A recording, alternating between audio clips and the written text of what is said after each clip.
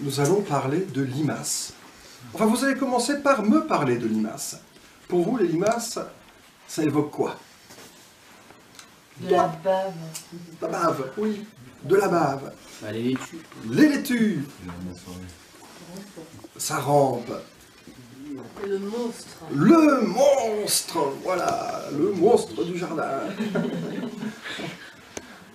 Alors, sur les façons, là, quelles sont les interactions qu'on a généralement avec les limaces? On marche dessus, on les écrase, on splatch. On les noie dans la bière. On les noie dans la bière. On les torture à coups de sel. On les torture à coups de sel. Oh là là, allez, allez. Escargot SDF. Ah, et des escargots SDF aussi. La bière. On leur met de la sciure pour qu'ils patinent dans la semoule. Ah, la sciure qui les fait patiner dans la semoule, excellent. On met de la farine, des coquilles d'œufs, de la cendre. Farine, coquilles d'œufs, cendre, des poisons quelquefois un peu mieux que ça, non? Vous connaissez rien? Du bicarbonate de soude. Du bicarbonate, ah ouais. Les cendres. Métaldéhyde. Ah ouais, alors excellent, là, dès qu'on arrive dans le slugomicide, là, le slugocide, on dit, dans le moulucicide. Ouais, voilà, il y a...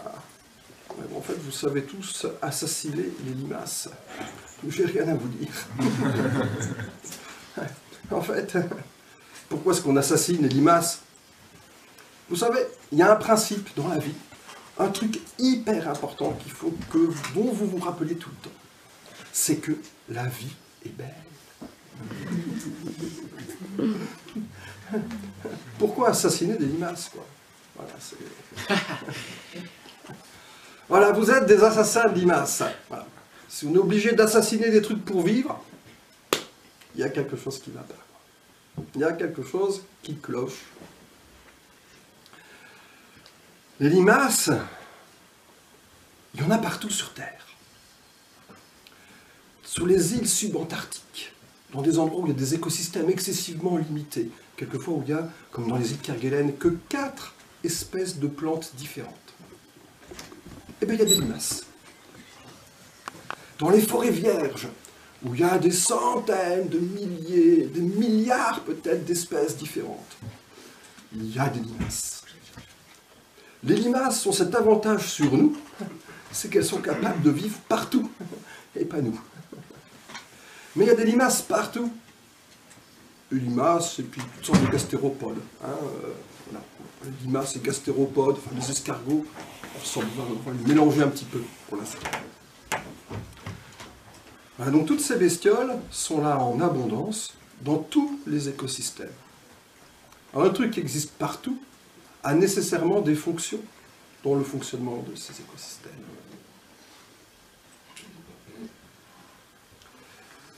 Les limaces, pour nous, ça a été un travail assez compliqué parce que on a l'impression qu'on va pouvoir faire une révolution contre tous ces vices de notre société, et on a quelquefois l'impression que les limaces vont nous empêcher de faire cette révolution, parce que dans nos potagers, on n'arrive pas à avoir le dessus, et que quelquefois c'est elles qui ont le dernier mot. Ah, c'est compliqué. Et pourtant, dans certains écosystèmes, il n'y a pas tellement de soucis. Alors, je voudrais vous relater une expérimentation qui a été menée dans les années 80 par un chercheur qui s'appelle Albert Verlaque, un grand spécialiste de la truffe, et donc qui lui a constaté, bien sûr, que sa production, son diamant noir qu'il essayait de produire, payait un très lourd tribut aux limaces. Qu'à cela ne tienne, on va essayer de les assassiner. Donc il a mis en place un essai avec des zones sur lesquelles il a essayé des produits chimiques, d'autres dans lesquelles il a essayé des pièges à la bière, très efficaces ces pièges à la bière. Et puis bien sûr des zones témoins dans lesquelles il n'a rien fait. Donc sa lutte s'est principalement focalisée sur le mois de septembre, octobre, novembre, à l'automne, au moment où les limaces mangent des truffes. Résultat des opérations, une récolte de truffes extraordinaire dans toutes les zones qui avaient été traitées. Et dans la zone non traitée, une récolte comme d'habitude, avec de belles truffes, toutes percées, trouées, entamées par le redoutable mollusque. Bon, alors bien sûr, tout de suite, ouais, ça marche, on peut avoir de belles truffes. Donc plein de gens ont voulu essayer de lutter contre les limaces. Sauf que, l'année d'après, eh bien, il n'y a plus eu de truffes du tout. Dans toutes les zones où il n'y avait plus de limaces, il n'y a plus eu de truffes. Que les témoins, là, il y a encore eu quelques truffes. Les limaces étaient devenues indispensables à la vie des truffes. Sans limaces, pas de truffes. Alors on n'a pas très bien compris ce qui se passait. Le résultat, en fait, l'analyse de ce qui a pu se passer, on l'a eu beaucoup plus récemment par un chercheur de Limoges qui s'est rendu compte d'un phénomène extraordinaire. Ah oui, il y a lui, puis il y a un gars qui s'appelle Gabriel Callot aussi, qui a travaillé aussi sur ce sujet-là. Imaginez-vous que les limaces mangent des truffes. Alors, elles ont une espèce de râpe là, dans leur bouche, ça s'appelle une radula, et avec ça, elles broient la truffe en bouillie. Elles avalent ça. Donc, c'est digéré. Et il se trouve que les spores des truffes ne sont pas digérés par l'estomac des limaces. Ces spores sont à la suite... Alors, vous savez, les limaces, ça fait des gros caca visqueux à la surface du sol. Là, voilà. Et il se trouve qu'un autre animal est très intéressé par ce caca visqueux. C'est le ver de terre, qui lui va manger ce caca visqueux, un petit peu de terre qui est autour, va l'incorporer, le mélanger, l'homogénéiser dans son système digestif. Et puis ensuite, ça fait aussi les petits turicules qu'on voit à la surface du sol, qui est en fait un recyclage de caca de limace, un recyclage de terre, dans lequel énormément de bactéries arrivent à se développer, et dans lequel les truffes arrivent à naître. Waouh! Le ver de terre ne digère pas les spores. Et le ver de terre ne digère pas les spores. Et donc là, c'est là qu'on vient au chercheur de Brive, qui lui a montré quelque chose d'absolument surprenant. C'est que pour beaucoup de champignons, pas que la truffe, beaucoup de champignons, la naissance du champignon est liée à la présence de diastases. Les diastases, ce sont des enzymes digestives qu'on a dans notre estomac, que beaucoup d'animaux sécrètent, que beaucoup... Alors, il y a des bactéries, il y a des champignons aussi, mais voilà. Ces diastases permettent d'initier le développement des champignons. C'est quand même curieux, quoi. Un champignon qui a besoin d'une enzyme digestive qui se trouve dans un individu animal, il a besoin de ça. Alors on avait déjà un peu évoqué ce truc que finalement un champignon c'est aussi un animal qui est mis à l'envers, son appareil digestif est à l'extérieur. Donc finalement, est-ce que le champignon n'aurait pas essayé d'externaliser dans des organes bien spécifiques la production de ces enzymes digestives, donc ces diastases, et que finalement les limaces correspondent à la petite glande qui produirait peut-être des diastases qui permettent ensuite à tout le cycle de se produire. Voilà. On peut avoir cette vision-là, elle n'est bien sûr pas prouvable, mais voilà, on peut adopter ce regard du champignon qui utilise les différents organismes qui sont autour de lui comme des éléments de sa vie et de son organisation. Alors, cette digestion, finalement, le sol est un appareil digestif. Alors, quand on compare les différents types de sols qu'il y a sur la planète et les différents modes de digestion qui peuvent exister, on va faire une petite comparaison entre ce qui se passe dans des sols tropicaux et ce qui se passe dans des sols chez nous. pour avoir deux grands modes de fonctionnement très différents. Et en fait, il y en a beaucoup d'autres. Hein. Chaque sol, finalement, a un certain mode de fonctionnement, un certain mode de digestion. On va commencer par les sols tropicaux. Dans les sols tropicaux, il n'y a pas de sol. Donc, déjà, donc ça va être vite fait. Il se trouve que l'essentiel de la biomasse qui tombe au niveau du sol est directement assimilé par des termites, qui est le bois. Je me rappelle d'ailleurs, la première année où je suis allé en Guyane, c'était chez mon frère, et il y a un arbre qui était tombé dans son jardin. Moi, je venais d'arriver, je lui ai donné un coup de main pour débiter l'arbre, enfin comme qu'on fait à la maison ici, quand il y a un arbre qui tombe, quoi, on le débite, on le met dans un tas, et puis voilà. Il dit, oh, laisse-le, laisse-le. Et puis à la fin de mes vacances, un mois après, eh ben, effectivement, l'arbre avait été complètement digéré, complètement mangé par les termites. Il n'y avait plus rien. Et pourtant, c'était un cécropia qui avait un tronc gros comme ça, enfin, c'était un gros truc, quoi, sur 10 mètres de long. Voilà. Tout s'est digéré très vite, hein, tout s'est excessivement rapidement métabolisé. Les termites, en fait, utilisent dans leur appareil digestif des champignons, et certains d'ailleurs cultivent directement des champignons, qui vont ensuite digérer la lignine qui est dans ce qu'ils ont mangé. Ce sont des champignons qui digèrent. La digestion se fait à l'intérieur des estomacs des termites.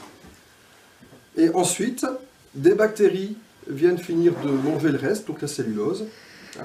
Et les excréments des termites sont en fait, remettent en solution tous les nutriments qui sont utiles au fonctionnement de l'écosystème. Voilà. Donc on a des champignons qui sont dans les êtres vivants, on a des bactéries qui sont aussi dans les êtres vivants. Toute la partie digestive se retrouve à l'intérieur du vivant. Chez nous, c'est pas tout à fait pareil. Chez nous, chaque fois qu'un organisme meurt, il va commencer par être digéré par des champignons. Les champignons vont détruire la lignine qui est dedans. Ensuite, tout ce processus avec des petits insectes, des petits colamboles, mais aussi des anoures, des diploures, des aptérygotes, enfin il y a toutes sortes de petites bestioles dans le sol qui mangent les champignons. Et donc toutes ces bestioles vont manger les champignons, vont faire des excréments qui vont être repris par les vers de terre, qui vont être remélangés au sol, refaire du sol. À partir de là, les vers de terre, dans leur appareil digestif, font des agrégats. Ces agrégats, donc composés de minéral, de végétal délignifié, dans lequel il n'y a plus que la partie cellulosique, et puis alors, bien sûr des mucus qui vont permettre de retirer tout ça, les fibres, toutes les fibres de cellulose qui sont là-dedans, qui sont homogénéisées, qui permettent de faire une espèce de feutrine qui va agglomérer toutes ces choses-là, et donner de la stabilité aux agrégats, en créant des structures hyper poreuses, des structures dans lesquelles les bactéries pourront se développer en très très grand nombre, et à leur tour reminéraliser tous les éléments minéraux. Donc la digestion se fait à l'extérieur dans des agrégats, alors que dans les forêts tropicales, la digestion se fait à l'intérieur dans des termites. Voilà. Deux modes de fonctionnement différents qui permettent d'arriver au même résultat, de rendre disponibles tous les nutriments pour la vie. Voilà. Et donc notre limace, là-dedans, finalement, quand on est dans un sol où il y a une vie avec des champignons très très abondantes, l'essentiel de la fonction de digestion est assuré par les champignons. Les limaces interviennent dans un cas particulier. Imaginez qu'une salade pousse sur ce sol, et cette salade commence à perdre ses feuilles par en dessous. Une vieille feuille qui est au contact du sol, qui commence à s'abîmer et qui meurt. La limace, il n'y a pas forcément plus de champignons que là, par contre il y a une ressource alimentaire plus importante à cet endroit-là. Les limaces, donc petit appareil digestif ambulant, vont venir se déplacer, vont arriver jusqu'à cette feuille de salade, vont venir la manger, la métaboliser, et la remettre dans le circuit pour qu'elle soit reprise par les vers de terre derrière. Voilà. Et donc chaque fois qu'il y a une abondance de quelque chose à un endroit donné, les limaces interviennent pour les récupérer et les remétaboliser et les remettre dans le circuit. Hein. Parce qu'il y en a beaucoup, les champignons ne sont pas capables de le faire tout seuls. Ils ont besoin des limaces. Le système a besoin des limaces pour le faire. Voilà. Donc les limaces, finalement, dans les écosystèmes, ce sont des petits appareils digestifs ambulants, des petits nomades, qui vont de secteur en secteur aux endroits où il y a une abondance de nourriture. D'ailleurs, certaines ont des vitesses de reproduction très rapides, hein, histoire de, s'il y a vraiment besoin, comme des petits globules blancs là, qui viennent attaquer la matière en décomposition quelque part, quoi, hein. Les petits globules blancs, ils peuvent se développer très vite, hein, et donc elles aussi peuvent se développer très vite pour pouvoir arriver à bout hein, de cette matière organique-là, et pouvoir la manger et la remettre dans le circuit. Au passage, sans limaces, ces feuilles qui resteraient à la surface du sol. L'exemple de la salade est très bonne parce que... Enfin, l'exemple de la salade est bonne, mais l'exemple de la salade est très intéressant.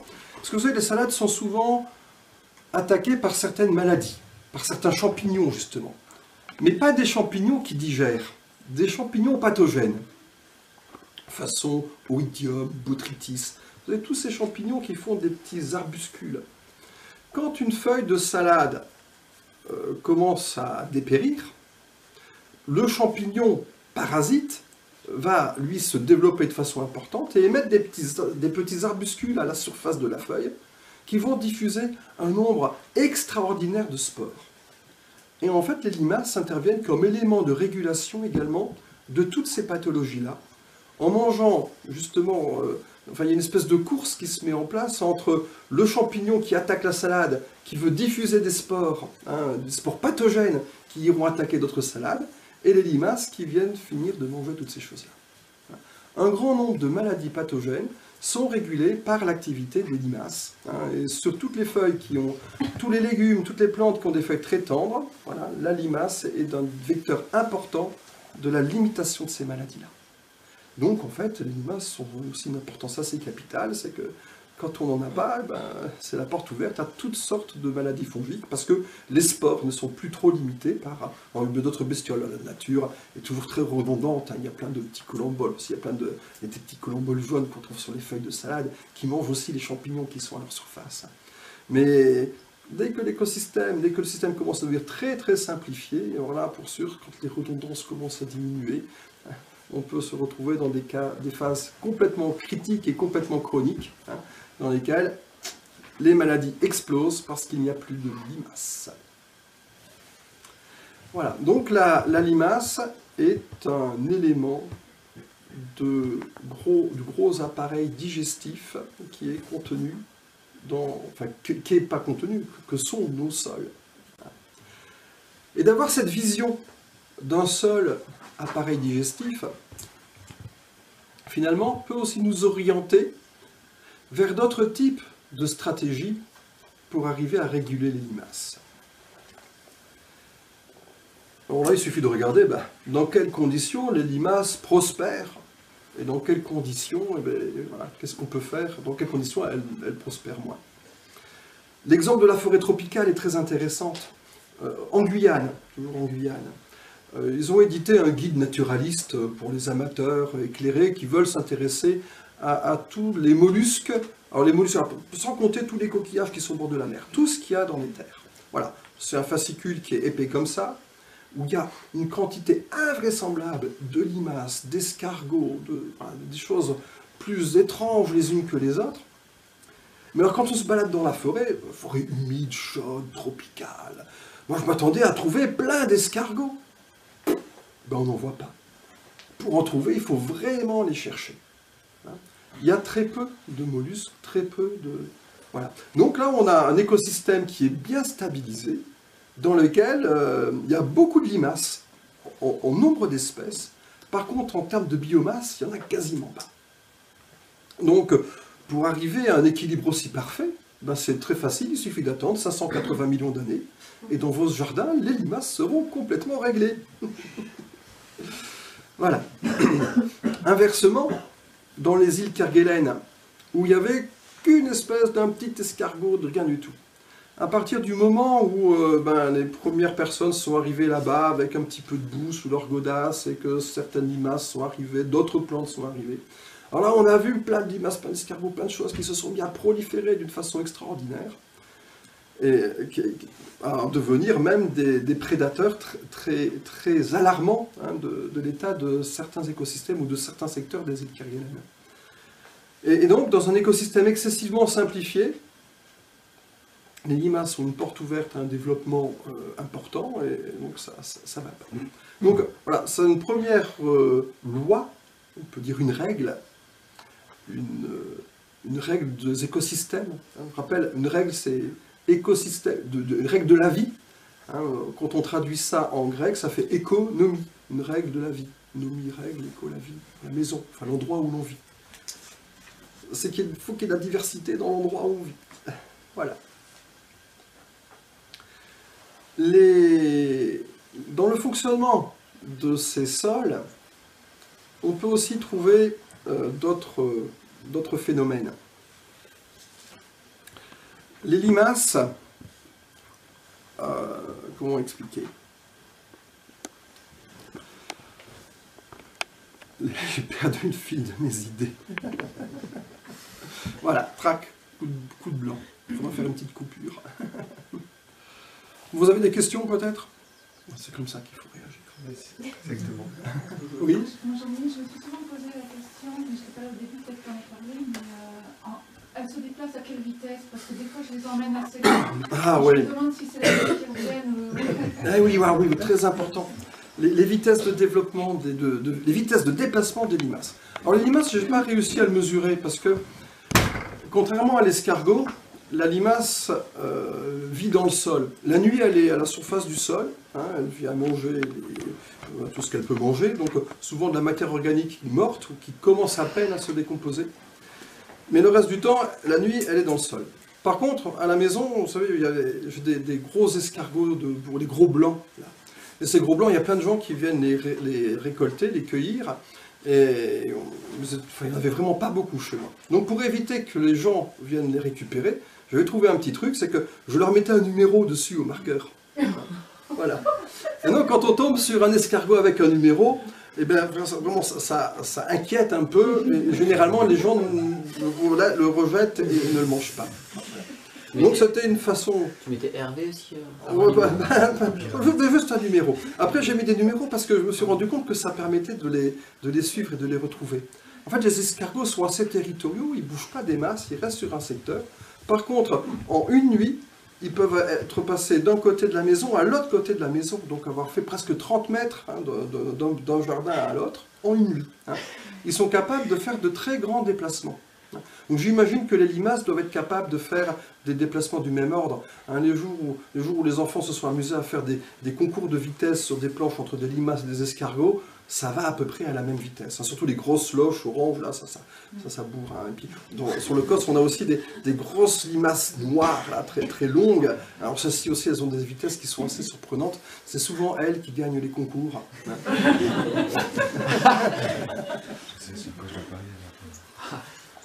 Voilà. Donc les limaces bougent beaucoup.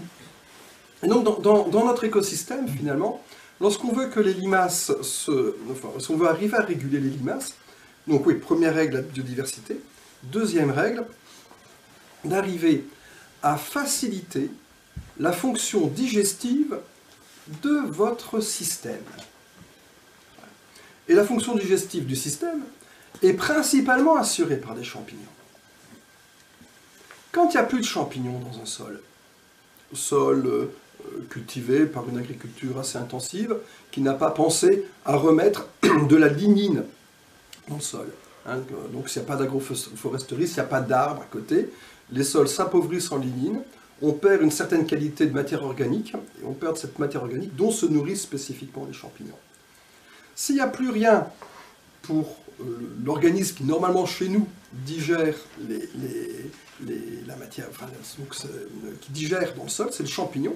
S'il n'y a rien pour nourrir le champignon, il n'y a plus de champignons.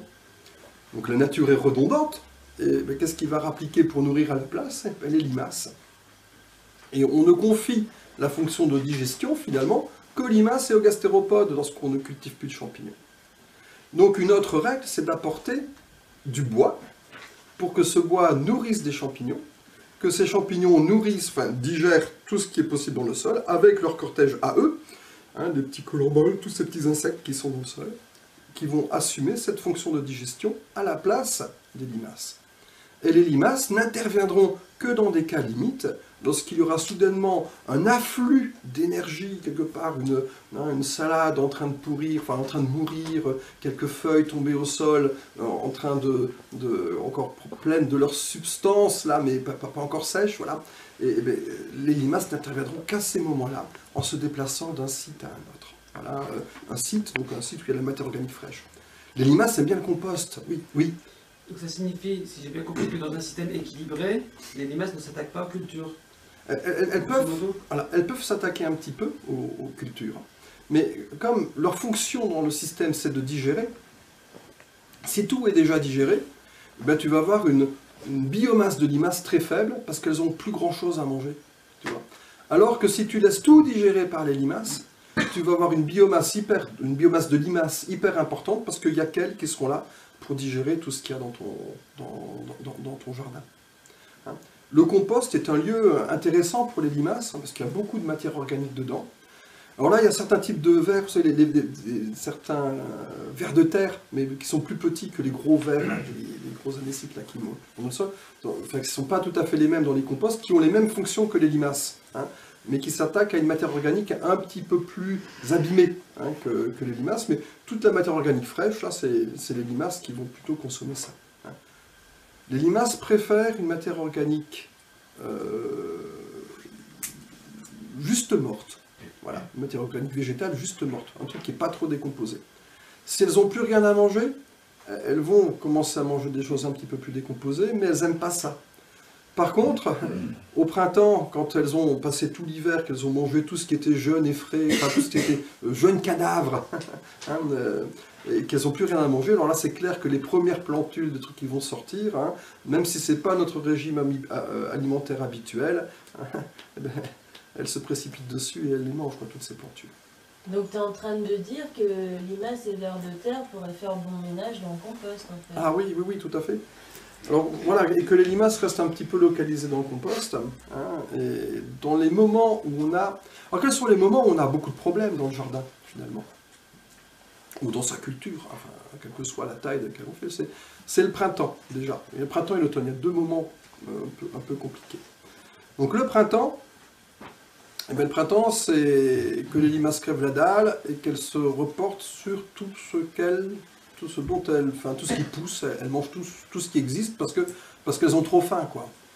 Donc à ce moment-là, eh bien, une façon de réguler les limaces, c'est d'avoir une attention particulière pour elles, de les nourrir, pour leur permettre de passer ce cap un petit peu compliqué. Bien sûr, à condition que derrière, il y ait tout un système digestif qui soit très opérationnel et qui permette de passer cette phase un petit peu critique. Voilà. Alors il se trouve que les limaces sont très gourmandes de certaines choses, hein, et notamment dans les jeunes pousses, toutes les jeunes pousses de crucifères. Hein, si vous mettez une moutarde, un petit colza, c'est tout ce qu'on utilise en engrais vert, là, ces choses-là, les limaces les aiment beaucoup. Donc, ça peut être une stratégie que de mettre un petit peu à l'écart de son potager des petites plantations, des petites zones dans lesquelles on cultive ces choses-là, qui sont spécifiquement dédiées à la nourriture des limaces. Elles vont aller là-bas, elles peuvent faire de grands trajets, hein, et elles vont aller par là parce que cette odeur leur plaît beaucoup, quoi, je crois. Et elles vont laisser le potager un petit peu plus au calme. L'autre moyen de procéder, c'est que finalement une limace va aussi s'attaquer à des plantes, une plante toute petite, elle va faire beaucoup de dégâts. Par contre, dès que la plante est un petit peu plus grosse, elle va faire beaucoup moins de dégâts proportionnellement. Même si elle manque quelques feuilles, généralement elle n'arrivera pas à bout de toute la plante. Donc ça peut être, parce que propose Jean-Marie Lespinasse, hein, dans son jardin sur butte, ben, c'est de tous les plants au printemps, de les préparer dans des petits godets, dans des secteurs bien protégés, hein, et donc sur des tablettes, loin du sol, dans des endroits... À la maison, une année, on avait même mis les tablettes dans des caisses avec de l'eau, hein, de façon à faire une barrière que les limaces ne pouvaient pas franchir, hein, une barrière d'eau tout simplement. Et donc tous les petits plants ont été produits comme ça, et quand ils sont assez gros, on les remet en place dans le jardin. 3, 2, Voilà. Je ne sais même plus où on en était. Pardon. les nourrir. Les nourrir. Les plants qui grandissent. Monsieur Lespinasse. Vigoureux. Ah oui, Monsieur Lespinasse et son jardin. Voilà, encore une autre lecture notre ouvrage qu'il faut ingurgiter. Hein. Voilà. Dans tous nos systèmes en fait, quand on part d'un sol dégradé et qu'on veut l'aggrader, ça va repartir par une phase où on va être obligé de réenrichir le sol en matière organique. Cette phase d'aggradation va se traduire par un surcroît important de matière organique et donc un surcroît de limaces. Et donc, idéalement, il faudrait partir d'un sol forestier déjà constitué, hein, et à partir de là, avec une biomasse importante, enfin un nombre de bestioles déjà très très important, et là on n'aurait pas trop de soucis. Donc, l'idée c'est de réfléchir à la façon de produire un écosystème rapide, enfin de produire rapidement un écosystème qui va être capable de gérer les limaces. Alors il se trouve que les limaces sont aussi des prédateurs. Ah oui, ça n'a pas été évoqué ça encore. Vous en connaissez quelques-uns de prédateurs de limaces. Le canard, les carabes. Les carabes, attendez, les carabes, regardez, là, il y en a des beaux là, ils sont super. C'est des... Il y en a des bleus. Enfin, alors c'est surtout tous ces espèces de scarabées qui ont le thorax, qui est une pièce qui est un peu carrée avec des formes souvent un petit peu compliquées là, hein, et l'abdomen qui est bien séparé du thorax. Voilà. Hein, tous ces scarabées là, donc ce sont des bestioles qui sont potentiellement mangeuses de limaces. Hein. Voilà. Alors vous en connaissez d'autres? Les hérissons. Le hérisson, voilà. La poule. Les poules. Donc il y a plein de bestioles. Puis, la plupart des oiseaux aiment les limaces. Hein. Alors on dit, ouais, il y a des choses, ouais, les grosses limaces, les poules ne les mangent pas. Et je me rappelle que Mémé Totoche, on était, quand on était gamin, on allait justement ramasser les escargots, les limaces, toutes ces choses-là pour les donner aux poules. Donc, elle nourrissait tout ça avec les limaces, et puis ça nous occupait pendant les vacances. Alors, ça peut être aussi un bon moyen, les enfants peuvent être utilisés en esclavage pour aller attraper les limaces. Et après, il fallait les donner aux poules. Mais alors, pour les donner aux poules, c'est vrai que les grosses limaces, les poules n'arrivent pas à trop les attaquer. Donc, elle avait une espèce de gros bateau, et paf, elle s'écrasait, et les poules se précipitaient dessus pour les manger. Trouver ça étrange. Hein. Voilà. Mais on peut nourrir des animaux avec des limaces, même les poules. Et après, certains animaux, comme les canards, alors, eux supportent de manger des choses un peu gros et gluants. Leur appareil digestif est tout à fait conçu pour assimiler ce genre de choses. Et donc on peut transformer de la limace en canard. Voilà, ça c'est clair. On peut le faire en hérisson, des petits hérissons. Donc, tout ce qui va permettre d'accueillir des poules, d'accueillir des canards, d'accueillir des hérissons, peut être une chose intéressante. Au niveau des poules, par exemple, des volatiles, dans les parties, et même sur des parcelles assez importantes finalement, à partir du moment où il n'y a pas de culture opérationnelle dessus, on peut prévoir dans l'interculture un moment où les canards et les poules viennent sur place, viennent gratter, ils vont non seulement manger les limaces, mais également tout le cortège d'autres parasites et d'autres bestioles qui sont dans le sol, tous les vers blancs, les larves de hanneton, des choses comme ça qui sont susceptibles de manger et de s'attaquer aux racines de plantes. Vous avez entendu parler de ces poulaillers mobiles qu'on peut mettre dans le potager, de planche en planche, et puis les poules grattent dedans, et pendant tout l'hiver, on leur fait parcourir tout le potager, et quand dans les parties que les poules vont travailler au début du printemps, ce sont les premières parties dans lesquelles on fait les premiers semis pour l'année en cours. Alors, on peut utiliser à bon escient, effectivement, ces poules. Fukuoka, lui, mettait carrément des canards dans les rizières, sur des échelles beaucoup plus grandes que ce qu'on peut faire au niveau d'un petit potager. On peut aussi mettre, comme font certains producteurs sûrement en Corse, et dans tous les endroits où il y a des cochons qui sont encore un petit peu à l'état sauvage, ils mettent du cochon.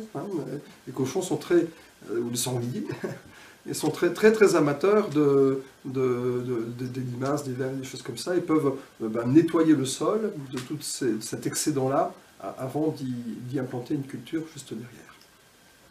Voilà. Après, on a parlé donc des carabes, il y a aussi des staphylins, hein, qui sont ces espèces de coléoptères. Ce sont aussi des coléoptères, mais au lieu d'avoir des élytres qui vont jusqu'au bout de l'abdomen, les élytres s'arrêtent au milieu, hein, ou que sur un petit bout. Voilà. Alors ça, ce sont des super prédateurs. Ce sont des bestioles qui se trouvent, comme dans l'air, on dit que c'est l'aigle qui est tout en haut de la chaîne alimentaire. Dans un sol, dans un secteur dans lequel il y a du staphylin, ça veut dire qu'il y a une diversité, une biodiversité d'insectes et de bestioles absolument effroyable. Voilà. Donc c'est un très très bon indicateur de la richesse et de la diversité de la vie d'un secteur. Alors comment attirer ces bestioles-là finalement, qui sont des prédateurs de limaces? La base de leur régime alimentaire, c'est des insectes. Donc il faut avoir des insectes. Qu'est-ce qui produit beaucoup d'insectes? Le bois en décomposition. Tout le temps. Mais au lieu de le mettre, quand on veut préparer un terrain à une agradation, on peut effectivement remettre du bois dans le sol, qui va progressivement améliorer les choses, mais on peut aussi mettre des tas de bois en périphérie, à l'extérieur, autour de sa parcelle. Ces tas de bois vont produire du champignon, qui va produire du colembole. Le colembole, c'est la base de la chaîne alimentaire animale, là. Et donc quand il y a beaucoup de colembole, il y a beaucoup de bestioles. Et au printemps, lorsque le sol va se réchauffer, tous ces colemboles vont commencer à décroître, parce qu'ils vont se faire manger par tout le reste, et c'est là où tous les staphylins, les carabes, à la recherche de nourriture, vont se reporter sur les limaces, vont venir explorer votre culture, votre potager, votre jardin, votre lutte, hein, et vont arriver à commencer à les réguler. Donc on peut justement créer des hétérogénéités qui peuvent même être... on peut essayer de les concevoir même avant de mettre une butte, avant de mettre un jardin en place quelque part. Hein. Dès qu'on arrive sur un lieu, on met un tas de bois, on le laisse se décomposer, et ce tas de bois va servir de pépinière à prédateurs de limaces. Hein. Et ensuite, à partir de là, on peut organiser le transfert de l'un vers l'autre. Alors, le transfert, ça veut dire qu'on peut attirer les staphylins et les carabes dans le jardin. Ils vont être attirés naturellement dès qu'ils vont commencer à manquer de nourriture à la fin de l'hiver. Mais on peut aussi attirer les limaces vers ces tas de bois. Et autour des tas de bois, planter justement toutes ces plantes, toutes ces petites crucifères, dont les limaces sont très friandes. Au printemps, quand il n'y a plus grand-chose, on leur donne à manger, mais en même temps, on crée un piège à côté qui va permettre de se refermer sur elles, et qui va permettre d'arriver à réguler ce petit excès de limaces qu'on peut avoir au printemps. Voilà. Et ensuite, dès que le printemps est bien engagé, dès que la vie est repartie, dès que la végétation est de nouveau poussante, les limaces ne sont plus réellement un problème. Jusqu'à l'été. Et en été, tout s'arrête. Il fait trop chaud. Les limaces, elles ont du mal à voyager sur la terre chaude et sèche.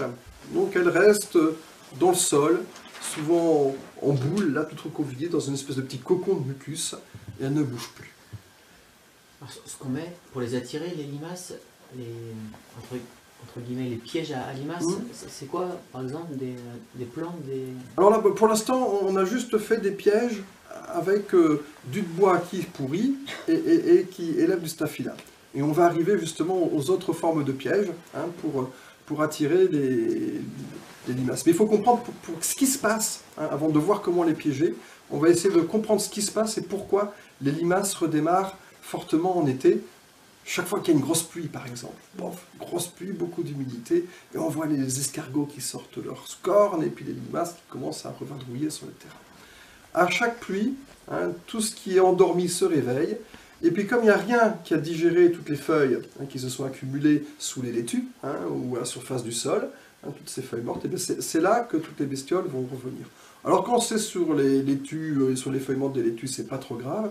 Mais comme il y a peu de choses, peu de plantes, peu de jeunes plantes en été, hein, c'est pas une période dans laquelle on fait des semis, hein, elles vont aussi avoir tendance à s'attaquer quelquefois aux laitues un petit peu mieux formées, aux blettes un petit peu mieux formées, aux radis un petit peu mieux formés, et continuer à manger, hein, des plantes bien vivantes. Donc là, qu'est-ce qu'on peut faire pour... et le maximum, le point culminant de tout ça, c'est le mois de septembre, le mois d'octobre. Hein. Enfin, la fin du mois d'août, ça dépend sûrement un petit peu des secteurs, mais quand l'été se termine et qu'il y a la deuxième pousse de l'automne qui redémarre, et à ce moment-là, ben, on se retrouve avec à nouveau la plante qui a suffisamment d'énergie pour reprendre le dessus elle-même. Donc on a juste cette phase durant l'été, puis c'est aussi un moment où on est souvent dans le jardin, c'est pour ça qu'on voit souvent les limaces quand il pleut. Hein. On va chercher ses salades et on voit tout ça. Et donc là, c'est des moments où il faut aussi arriver à les réguler. Si le sol a une bonne capacité digestive, normalement, il n'y a pas trop de soucis. Hein. Sauf bon, des années où la capacité digestive du sol décroît, parce qu'il fait trop sec. S'il fait trop sec, les champignons ne se développent plus bien dedans, parce qu'il fait trop chaud, et c'est les limaces qui peuvent aussi reprendre le dessus. Voilà. Et donc, on a, donc les limaces, c'est à ce moment-là qu'il faut arriver à réfléchir à la façon d'attirer les limaces en dehors de son potager. Hein. Alors, sans les tuer, bon, on peut les piéger si on veut, hein, et les tuer directement, mais on peut aussi utiliser le même genre de stratégie qu'au printemps. Sauf qu'on n'aura pas tellement de jeunes pousses. Par contre, on aura plein de détritus. On aura plein de détritus, hein, quand on fait un potager, qu'on récolte les salades, et toutes les vieilles feuilles, elles seront là. Et on peut récupérer tous ces détritus, tout ce qu'on va normalement mettre sur son compost aussi une fois qu'on a mangé, et disposer ça en périphérie de son potager, ou dans les allées du potager, de façon à essayer de focaliser les limaces à ces endroits particuliers, à des endroits où elles ont spécifiquement une nourriture qui leur convient. Après, bon, bien sûr, toujours le souci des crucifères, hein, les jeunes pousses de radis, toutes ces choses-là sont des plantes qu'elles vont quand même arriver à manger. Donc, pour l'été, on peut aussi prévoir d'avoir quelques petites cultures intercalaires dans des zones où elles vont être consacrées qu'à ça, hein, et dans lesquelles on peut aussi organiser la mise en relation des prédateurs, hein, de la limace avec tous les auxiliaires qu'il y a autour. Et donc ces zones, hein, où on a nos tas de bois, on a toutes ces choses-là, où on remet du bois à se décomposer, on remet du compost, hein, il faut que ce soit des zones un petit peu à l'ombre, dans lesquelles il y ait beaucoup d'humidité, beaucoup de fraîcheur, qui permettent justement à la vie de ne pas s'endormir au cœur de l'été. Donc même quand il fait très chaud, voilà, c'est un autre principe, il faut essayer, au travers de toutes les hétérogénéités de votre milieu, de favoriser des endroits de fraîcheur, des endroits d'ombre, des endroits qui conviennent bien à la limace. Hein. Imaginez en plein été, sous le couvert de petites feuilles de persil, de limaces tendrement enlacées. Et bien voilà, vous leur faites des petits nids douillés, des petits nids d'amour, et ce sont les endroits dans lesquels elles vont venir, dans lesquels il y aura plus de fraîcheur. Alors, voilà, d'autres idées qui peuvent venir, hein, à partir de là, c'est quand est-ce qu'on arrose? Si j'arrose le soir, à la tombée de la nuit, on dit que c'est souvent très intéressant d'arroser le soir, à la tombée de la nuit, que cette eau-là va nourrir les plantes, là. Mais si j'ai beaucoup de limaces, je vais créer un havre de fraîcheur, de bonheur et d'amour dans tout mon potager. Hein? Donc, quitte à créer un havre de bonheur et d'amour, je vais le créer autour de mon compost, là où j'ai mon bois qui pourrit, enfin un endroit où je sais que j'ai beaucoup de prédateurs, qui va les attirer spécifiquement dans ces zones-là, hein, et voilà, et donc elles vont rester un petit peu endormies dans la partie du potager qui sera moins humide. Hein. On leur crée un endroit exprès pour elles, on a une attention particulière pour elles. Voilà.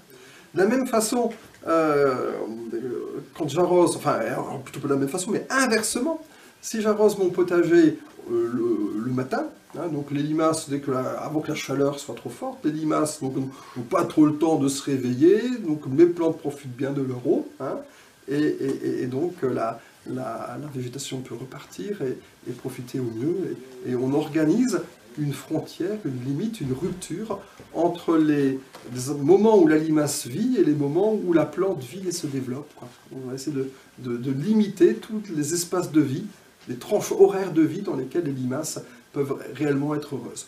Bref, on leur mène un peu la vie dure dans le jardin, mais on leur mène une vie plus tendre à l'extérieur du jardin qui peut les orienter. Cet endroit frais et arrosé, hein, si vous avez une simple petite mare, hein, voilà, en été, une mare, en périphérie, en bordure, voire à 10-20 mètres du jardin. Ça peut être une chose très intéressante, parce que là, il y a de la fraîcheur, là, il y a des limaces, là, il y a des canards, là, il y a toutes les bestioles qui sont susceptibles de les manger.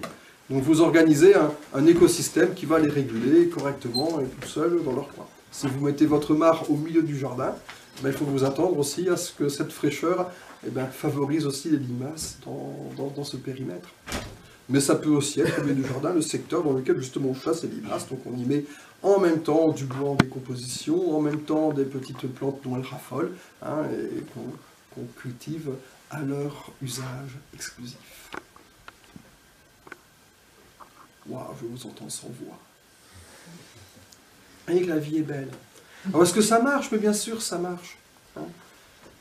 Tous les écosystèmes qui existent en France et qui contiennent, dans ceux que j'ai étudiés moi, hein, qui contiennent les ancêtres de nos plantes sauvages cultivées, tous ces écosystèmes contiennent des limaces, ça existe depuis des milliers, peut-être certains des dizaines de milliers d'années, hein, depuis la dernière glaciation. Hein. Et ils existent, ils sont maintenus jusqu'à aujourd'hui, avec toute cette diversité de plantes et d'organismes. Donc il n'y a pas de raison que ça ne marche pas. La limace, c'est une fonction. Elle a une fonction digestive. Donc, si les limaces prospèrent, c'est que votre sol a un problème de digestion. Voilà. Essayez simplement d'envisager les limaces sous cet angle-là, et tout seul, en regardant ce qui se passe autour de vous, vous arriverez à trouver des solutions qui permettent de régler ce problème gastrique de la planète. Et vous vous rendez compte que la vie est belle.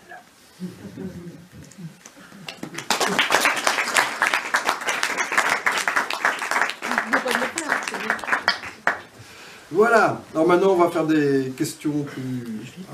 Ouais, tu peux laisser s'il y a des petits passages qui peuvent être intéressants. Et voilà. On dit que ça s'arrête là. Hein, oui. Est-ce qu'il y a une relation particulière entre les limaces et les cloportes? Parce que souvent je vois... Tu me dis... Ah. Tu veux un cloporte, toi? Un cloporte. Vas-y, c'est un cloporte. Alors voilà, les cloportes, ce sont des détritivores qui ont la même fonction que la limace. Hein, ils vont manger à peu près le même type de matière organique. Le cloporte, il intervient dans un stade où la matière organique est un petit peu plus évoluée que la limace. Enfin, dans la dégradation d'une plante, d'abord elle est fraîche. Alors ça, c'est nous qui la mangeons. Hein. Ou alors les chèvres, ou alors les poules, voilà. Tous les animaux, ou les chèvres, les vaches, voilà, plutôt que les poules. Ensuite, la plante vient juste de mourir, à peine, paf, elle est coupée, il y a une feuille qui est morte, une feuille qui est abîmée, il y a une maladie, une feuille abîmée, il y a une maladie, hein, juste une petite maladie. Alors la petite maladie, en elle-même, qui est à la surface d'une feuille, va créer une petite nécrose, et cette petite nécrose va attirer la limace. Hein, et donc, ça fait que la limace contribue à la régulation des maladies, justement. Et donc, toutes les feuilles malades attirent les limaces, hein, forcément. Mais c'est de la matière organique qui est juste en train de mourir. Dès qu'elle est morte, là, pof, que la limace est passée dessus, là, c'est le cloporte qui intervient. Et qui fait qui utilise la petite chaîne suivante. Et après, donc, il y a plein d'autres bestioles qui décomposent des choses dans le sol. Et après, de la même façon que les bestioles qui mangent les champignons, donc dans la grande série des colamboles, des diplours, des anours, des aptérygotes, là, on a plein qui sont spécialisés dans cette nourriture-là. Voilà. Donc ça se suit. Et comme c'est presque la même chose, c'est pour ça qu'on les trouve presque toujours côte à côte. T'as idée pourquoi dans l'Est on appelle les cloportes les cochons de Saint-Antoine? Alors pour un franciscain qui prie à Saint-Antoine, voilà.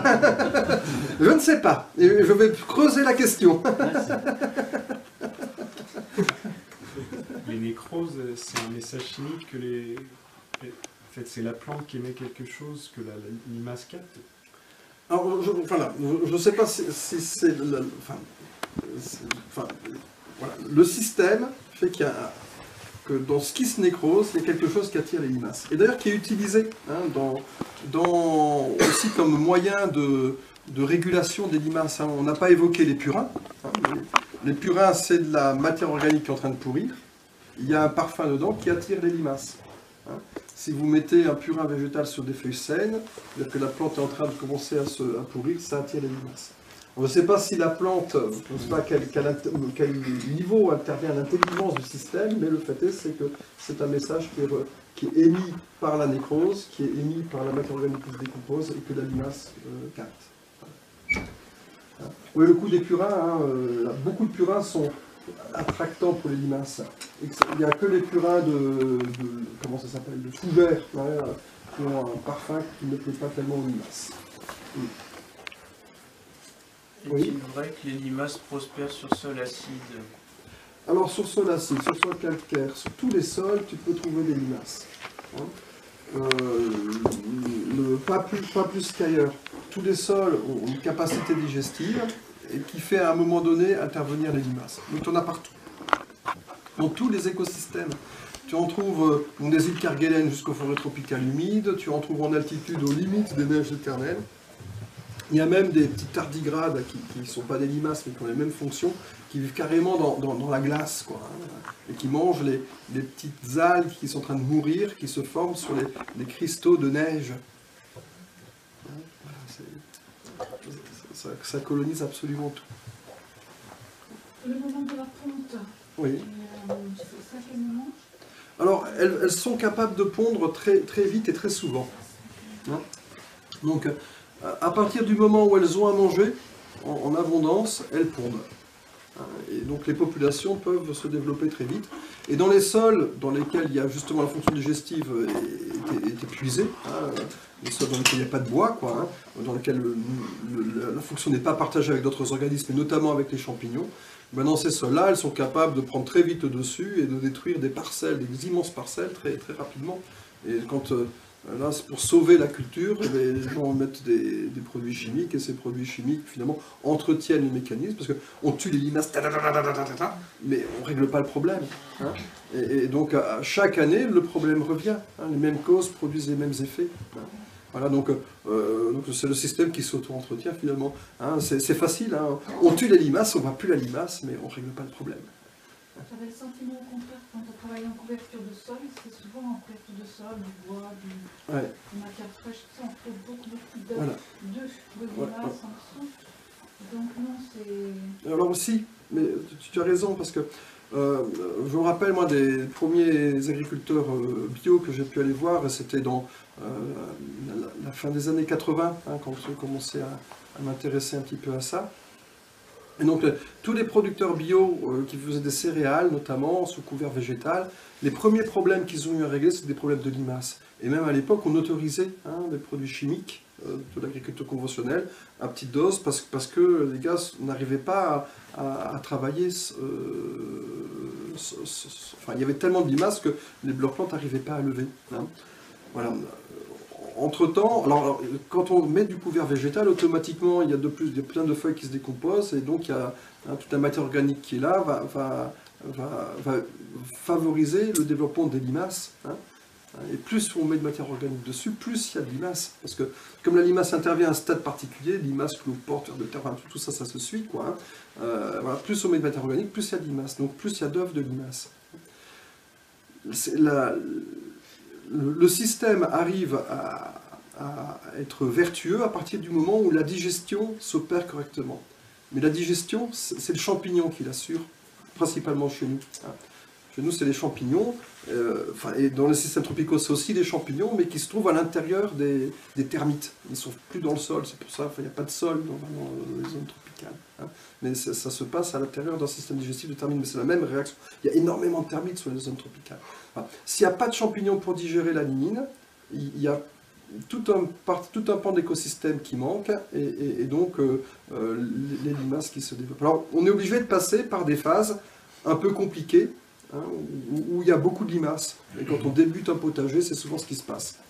Et même, pendant des années, les agronomes, donc moi, en tant qu'agronome d'une chambre d'agriculture, j'ai prôné que le taux de matière organique optimum pour un sol était aux alentours de 2%. C'est ce qu'on disait, quoi, avec beaucoup de bonne foi, il fallait 2% de matière organique, donc on a diminué le taux de matière organique, pensant que c'était bon. En passant à l'agriculture biologique, on s'est rendu compte qu'il en fallait plus, d'ordre de 4,5 à 5, voilà, pour avoir un optimum, même quelquefois encore plus que ça. Donc là, comme on remet de plus en plus de matière organique dans le sol, on est dans une phase un peu compliquée où les limaces ont du mal à être gérées. Du moment où on a compris qu'il fallait qu'il y ait de la lignine dans le sol, eh bien, ça nous a permis de comprendre que ça a permis de mettre en place des systèmes dans lesquels les limaces arrivent à se réguler. Enfin, il y en a toujours un petit peu, qui interviennent comme des petits appareils digestifs ambulants, nomades, hein, qui viennent réduire les amas de matière organique qu'il peut y avoir dans certains endroits, mais qui vont se rediffuser. Hein, et elles ont une fonction marginale. Dans les écosystèmes tropicaux, il y a énormément de variétés de limaces différentes, mais en biomasse, c'est que dalle, quoi. Quand le système est parfaitement équilibré, il n'y en a quasiment plus. Donc voilà, donc on peut tendre vers ce genre de système, hein, mais c'est ce qui se passe avec des producteurs bio qui existent depuis déjà un grand nombre d'années. Hein, les limaces restent rarement un problème. Ou alors c'est un problème sur des cultures spécifiques, comme les crucifères, hein, sur lesquels il faut compter qu'il va y avoir une grande... ça va fortement les attirer. On s'orienterait même là maintenant, dans les techniques bio, hein, faire des associations de plantes, hein, où on met à la fois des choses que les limaces aiment bien et des choses qui vont... Hein, on trouve toujours une plante que la limace préfère par rapport à la plante que l'on cultive. Donc le BRF c'est pas mal aussi alors. Ouais, alors voilà, le BRF, si on n'a pas, ça remet de la ligne dans le sol, donc ça va refavoriser la digestion par les champignons. Mais il faut attendre que les champignons soient bon, le BRF, ouais, un autre truc important, c'est que les champignons, il y a des champignons qui sont strictement décomposeurs, et après il y a tout le cortège des champignons mycorhiziens. Et en fait, c'est surtout ceux-là qui sont importants pour la digestion. Donc il faut qu'ils soient en phase, en lien avec des plantes ligneuses vivantes ou avec des gloméromycètes, qui sont notre type de champignons qui sont sur certaines graminées, hein, ou surtout les rosacées aussi. Voilà. Donc on a besoin de, enfin, pour l'instant de ceux qu'on connaît, parce qu'il y en a sûrement plein d'autres, voilà, ceux qu'on a étudiés. Donc voilà, s'il y a des plantes, des arbres vivants qui maintiennent et font vivre, et puis permettent aussi à ces champignons de survivre au moment où il n'y a plus grand-chose à manger. Hein, voilà, ça permet d'avoir un écosystème fongique excessivement réactif. Hein, et dès qu'arrive le printemps, les champignons sont déjà tous là parce qu'ils sont tous fixés sur les racines des arbres. Hein, donc ça permet de conforter le système. Donc le BRF, dans un premier temps, qui va favoriser, parce que si on remet plus de matière organique à la surface, ça va aussi favoriser les limaces. Mais dans le truc qui est vraiment durable, il faut des champignons mycorhiziens, hein, donc des arbres vivants, ou des arbustes. Hein, donc de mélanger, enfin le système forestier, hein, avec un mélange de plantes ligneuses, de plantes herbacées, voilà, est un bon modèle pour arriver à réguler les limaces. Et le système forestier reste aussi un bon modèle, dans le sens où toutes les branches mortes constituent des réservoirs dans lesquels vont aussi se produire tous ces collemboles, et on peut les reproduire artificiellement en mettant des tas de bois morts, hein, ce qui permet d'aller très vite en fait. Est-ce qu'il y a des plantes dans le potager que les limaces n'aiment vraiment pas et qui les repoussent? Voilà, alors il y a des limaces pour tout.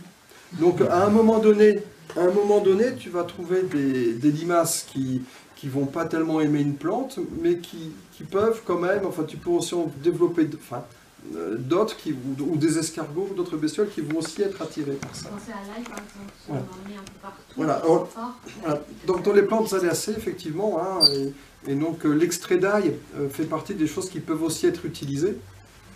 Extrait d'ail ou purin d'ail d'ailleurs. Hein. Enfin, extrait l'extrait au vinaigre ou l'extrait à l'huile d'ail. Hein, ce goût-là, c'est un truc que les limaces n'aiment pas trop, effectivement. Et en pulvérisant sur les feuilles, ça leur donne un goût qui n'est pas très agréable. La limite de ces choses-là, c'est qu'on peut très facilement le faire sous serre. Par contre, à la première pluie, tous lessivent.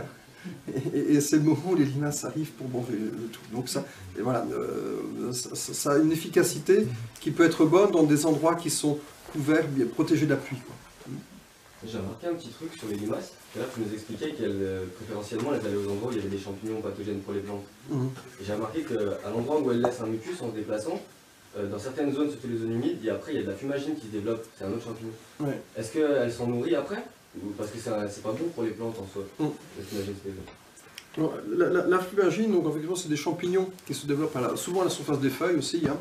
Pas forcément que là où les limaces sont passées, mais partout où il y a des sucres solubles qui sont disponibles. Hein. Donc c'est un champignon souvent un peu noirâtre ou grisâtre qui se développe à la surface d'à peu près tout. Hein. Voilà, donc oui, il y a peut-être un lien avec les limaces, mais je ne l'ai pas étudié. Quand tu me parles donc de bois ou d'arbres vivants avec des systèmes de racines aussi au potager, je vois tout de suite tous les rongeurs qui arrivent aussi avec tout ça. Et je me dis, est-ce qu'il y a un rapport rongeur aussi dans la chaîne rongeur et limaces et champignons, voilà. J'ai écrit un article que vous pourrez trouver même sur le site de... Voilà. Pardon, sur la mycophagie du campagnol. Hein, le campagnol terrestre. Voilà. En fait, ces petits campagnols sont l'essentiel, quand ils ont du champignon à disposition, l'essentiel de leur régime alimentaire est constitué de champignons. Hein, voilà. Ils sont très très gourmands de champignons. Donc ils ont un rôle absolument important. Hein. Ils en sont gourmands, ils les mangent, ils sont à peu près résistants à toutes les toxines qui sont présentes dans les champignons. Donc ils ont un appareil digestif qui permet de les accueillir avec beaucoup de bienveillance, hein, alors que nous, les amis de phalloïdes, les campagnols peuvent les manger sans problème. Et alors, les campagnols sont très sélectifs dans leur appareil digestif sur les spores qu'ils digèrent et les spores qu'ils ne digèrent pas. Il se trouve qu'ils ne digèrent pas les spores des champignons mycorhiziens qui vivent avec les plantes. Et ils digèrent les champignons, les spores de quasiment tous les autres champignons. Dans ceux qui sont mycorhiziens, enfin dans les basidiomycètes, hein, des champignons à chapeau, là il y en a aussi toute une série qui ils sont un peu agressifs aussi vis-à-vis d'eux. Mais donc les campagnols permettent de maintenir un type d'association fongique au niveau des racines assez particulier. J'ai écrit cet article parce que justement il favorise la production de truffes, notamment. Qui favorise la mycorhizie par rapport aux autres types voilà. d'associations. C'est-à-dire que comme il crée une pression sur les autres spores, ça fait diminuer le nombre des autres spores et plus de spores des champignons qui sont intéressantes pour faire des mycorhizes. Et donc ça laisse plus de place pour les champignons mycorhiziens. Ils propagent les spores aussi. Et ils propagent les spores.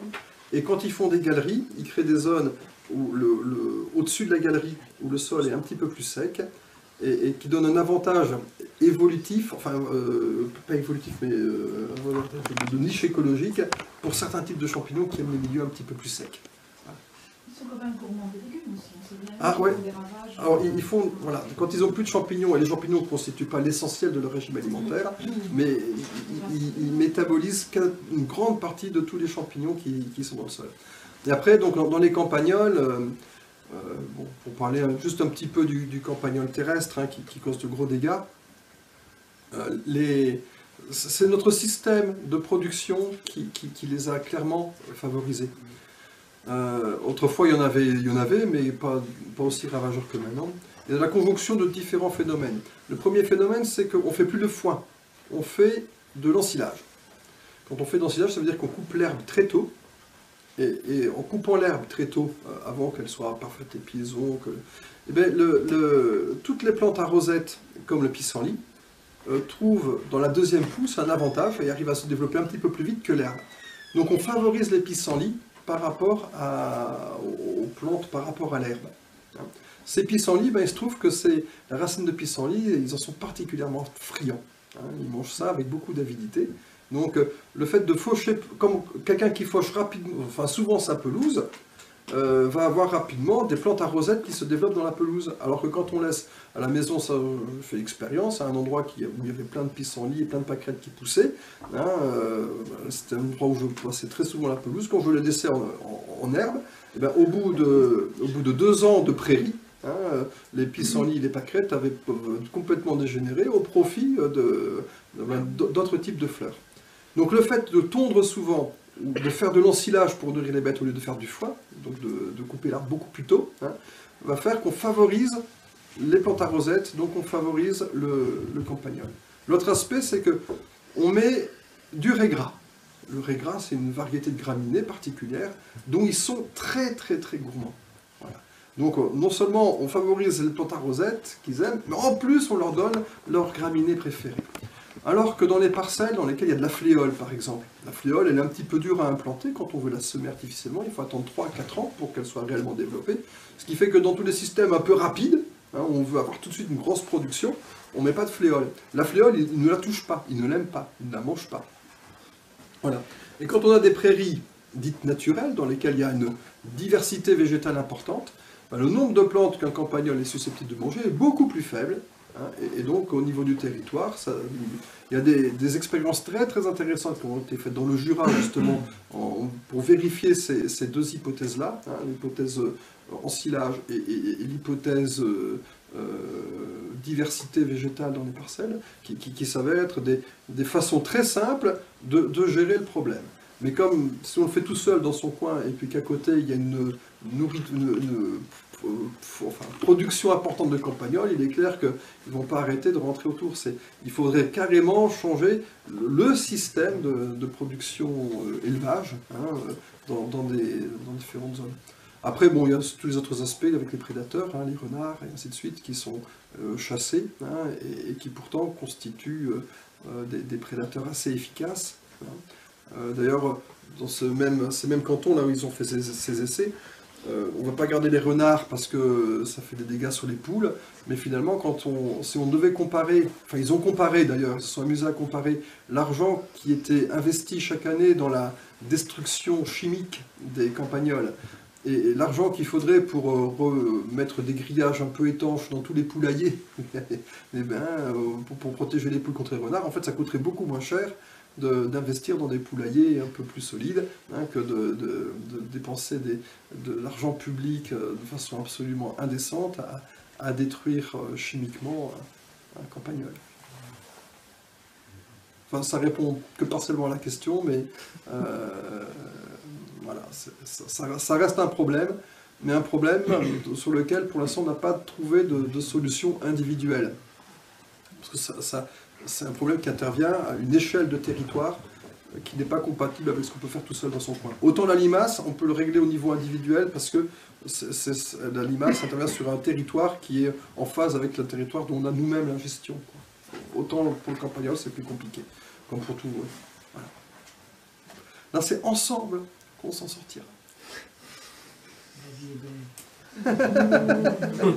Copyright. Voilà, alors, je n'ai pas dit ça, donc il faut dire que c'est... Pascal, c'est quoi les petites... il faut que je dise que c'est en open source, libre de droit... Licence libre, copiable, déformable... Hein, CC BY. CC BY. Voilà, je suis CC BY. Copyleft. Copyleft, ouais. Voilà, d'autres questions? Juste une idée. Oui. Escargot, limace, même, je dis plus même combat maintenant, mais même intérêt. Oui. Enfin, les escargots et les limaces interviennent à peu près au même moment. À part que les escargots sont à la surface du sol et que les limaces vont à l'intérieur. Voilà. Les escargots peuvent rentrer un petit peu à l'intérieur, mais c'est plus compliqué pour eux. Hein, voilà. Et quand tu dis qu'il n'y a pas de sol, dans les tropiques, il y a quoi alors?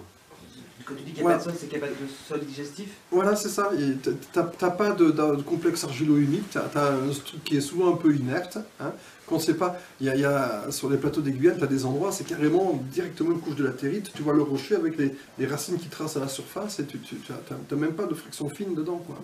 Toute la vie est maintenue c'est toute la vie qui est maintenue là-dessus. Et donc le type de fonctionnement de ces endroits ne nécessite pas systématiquement des sols. Il y a quand même des endroits où il y a des sols, hein, des raprétas, des choses comme ça, il y a des sols absolument remarquables, hein, qui sont aussi basés sur des... Enfin, on ne comprend pas exactement comment ils fonctionnent, mais il y a beaucoup de champignons aussi dans ces sols-là. Hein. Voilà, la fonction du sol, la fonction de digestion du système n'est pas assurée par le sol, de façon extrême, dans certaines forêts tropicales, elle est assurée par les termites. Et le nombre de termites, c'est effroyable. Hein. Il y a certaines certains endroits, tu vois des termites suspendus. Là, chaque arbre a 3 ou 4 termitières, quoi. Il y en a énormément. Est-ce que la limace est comestible pour nous? Alors, quelqu'un a des réponses? Yves? Yves, on verra son manuel de la limace quand il aura réussi.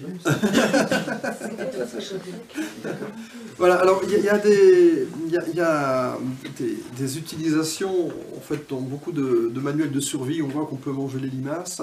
Le côté gluant de la limace est quelquefois un peu difficile dans le cadre de survie précise. Je n'ai jamais goûté de limace. Ce sera rarement... Alors voilà, broyer, quand ce sont des grosses limaces, on peut manger la partie interne, hein, comme les poules, hein, on ne mange pas la peau, on peut manger ce qui est dedans. Voilà. Après la limace, ça va avoir la toxicité de ce qu'elle aura mangé, hein, voilà, donc on ne sait pas forcément ce qu'elle a mangé, donc si elle a mangé une plante un peu embêtante, voilà, on ne peut pas trop le savoir non plus. Le côté... Alors si après on voit des utilisations médicinales, hein, des limaces, hein, qui font soit appel au mucus, soit font appel à je pense que relève un peu quelquefois, je pense, de la sorcellerie, quoi. On a tous cette image de la sorcière devant son chaudron en train de mettre quelques limaces et quelques crapauds dans son truc, quoi, voilà. Alors, bon, ça a dû aussi entretenir un fantasme autour de ces choses-là. Mais c'est vrai que ce sont des plantes qu'on n'aime pas, qui ne sont pas sympathiques du tout, c'est visqueux, c'est gluant, quand on prend une loge dans la main, après on est obligé de se laver les mains 3 fois pour être plus pour ôter. Voilà, ouais, on n'aime pas ça. On n'aime pas ça, mais c'est ce qui digère. Elles ont une fonction qui est indispensable. Et c'est justement parce qu'on n'a pas, enfin la plupart des gens n'ont pas compris que les limaces ont une fonction et une utilité qu'on vit mal avec, quoi. J'ai des amis composteurs un peu barbares qui les découpent en deux au ciseau. Changer d'amis à ce niveau-là. Et on se demandait si les hérissons passeraient derrière pour les manger quand même, si elles étaient mortes et découpées en deux. Ouais, alors les limaces ont un grand sens de l'économie, justement. Chaque fois qu'elles tombent sur un de leurs cadavres, et vous avez peut-être remarqué quand vous détruisez des grosses loches, là, que vous les laissez sur le lendemain, vous avez 4 ou 5 loches autour qui sont en train de... une espèce de cannibalisme. Hein? Mais non, c'est l'enterrement. C'est l'enterrement. Voilà, elles viennent d'un enterrement, ouais. Comme les sorcières, c'est la régulation du jardin. Voilà, hein, donc Et elle fait réfléchir à la régulation. Quelle est la meilleure façon pour une limace, quel est le régime alimentaire optimal pour une limace pour grandir très vite? C'est de manger de la limace. Bon, voilà, c'est exactement la composition de ce dont elles ont besoin. Donc ce comportement de cannibalisme, finalement, c'est si on les détruit et qu'on les laisse sur place, eh bien, en fait, c'est juste une question de temps, quoi. Hein, et elles vont renaître et se redévelopper par la suite. La destruction nous permet de ne plus voir le problème, mais ça ne permet pas de régler le problème. Donc on peut s'amuser à les embrocher, à les écraser, à faire ce qu'on veut, mais voilà, mais ça ne règle pas le problème. La lutte chimique, chaque année, on est obligé d'en refaire. Et comme les limaces ont des cycles de développement très rapides, finalement, il suffit de très peu de choses, et puis en plus elles peuvent venir de loin, elles peuvent avoir traversé une haie, elles peuvent avoir... voilà, donc... c'est pas parce qu'on voit pas qu'il n'y a pas de problème, quoi. Il faut vraiment régler le problème. Et vraiment penser à la façon dont le sol peut digérer tout ce qui arrive en lui. Voilà. C'est assez bizarre de voir comment beaucoup d'entre nous sont très soucieux du régime alimentaire. On fait surtout pas rentrer n'importe quoi, on fait faire attention à pas trop manger, pas ci, pas ça. Voilà. Mais alors bon, par contre, je pense pas que le sol c'est pareil, quoi. C'est un être vivant qui a besoin de manger, qui a besoin d'avoir un régime qui est aussi équilibré, hein, et dont les fonctions de digestion sont assurées par toute une série d'organismes qui agissent, interagissent, quoi. Ça aussi, ça fait partie des choses qui m'émeuvent, hein, quand je vois une petite limace passer, et puis, alors, surtout quand vous savez que dedans, quand elles sont vertes, là, les grosses loches, on dirait pas c'est des vésicules biliaires, quoi. Donc, c'est des sucs gastriques, là, des sucs digestifs qui se baladent là-dedans, voilà. C'est là leur fonction. Elles s'utilisent comme un appât à la pêche? Dis non, mais c'est quoi ça? Alors il y a des pêcheurs qui utilisent la limace, qui pêchent à la limace. J'ai fait circuler. Je sais pas. Je suis un grand pêcheur, mais pas de cette façon-là. Ce serait pas le moment où on peut le mettre sur l'hameçon comme ça. Puis ça bouge plus trop, il faut que c'est découpé en rondelles. Moi, j'ai jamais vu que personne pêchait avec un Faut essayer. Voilà. D'autres questions?